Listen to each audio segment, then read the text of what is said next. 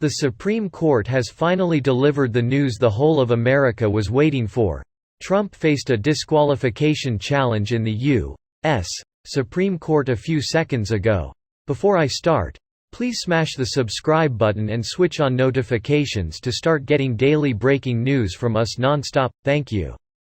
As reported by Epoch Times on Tuesday, September 19, 2023, the United States Supreme Court will decide whether former President Donald Trump can participate in future elections.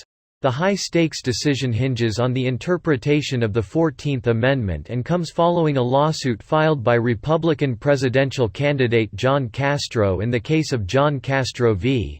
Donald Trump. Mr. Castro, a Texas lawyer running for president, claimed that Trump's involvement in the January 6, 2021, breach of the Capitol disqualified him for insurrection against the U.S. government.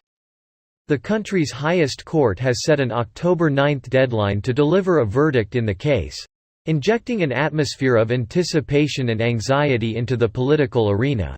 As this legal battle unfolds, it has the potential to reshape the American political landscape. John Castro's bold decision to challenge Donald Trump's eligibility in future elections has attracted national attention. In his lawsuit, Castro claims that Trump's actions surrounding the events of January 6, 2021, are sufficient grounds to remove him from public office, including the presidency. According to Castro, Trump's behavior amounts to an insurrection against the United States, making him unfit to hold public office.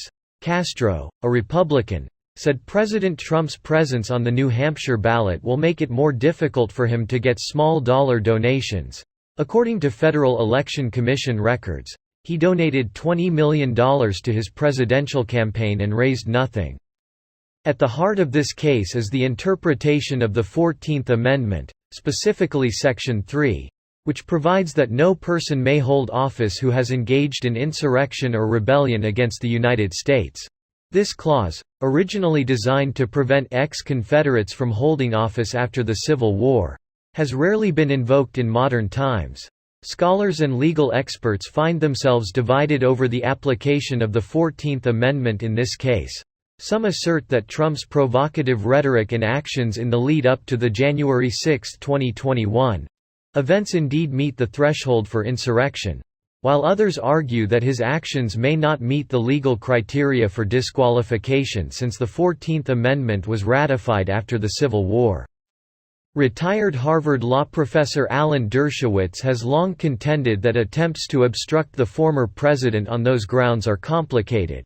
Earlier this month, Republican David Scanlon, serving as the Secretary of State in New Hampshire, expressed his stance that he lacks the authority under the 14th Amendment to render the former president ineligible.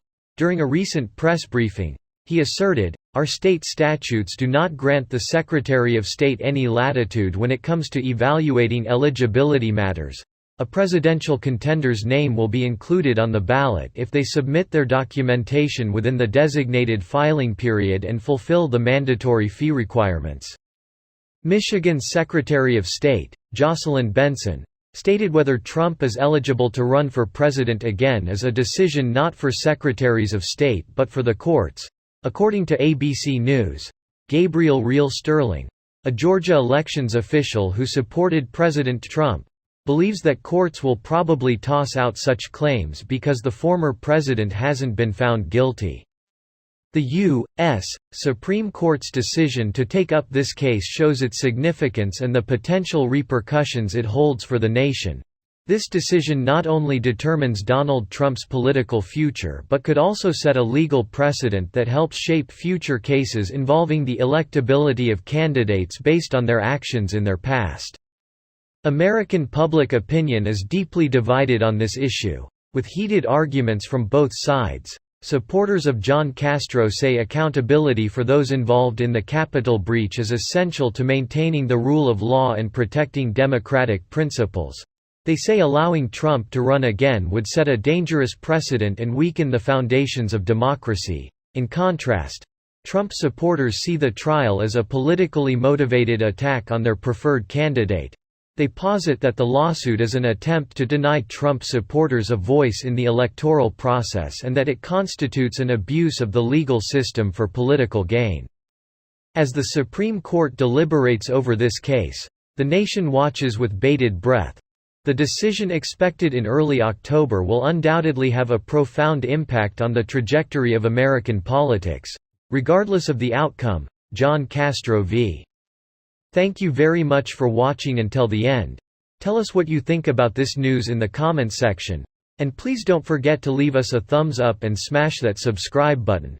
See you in our next news. God bless America. Bye.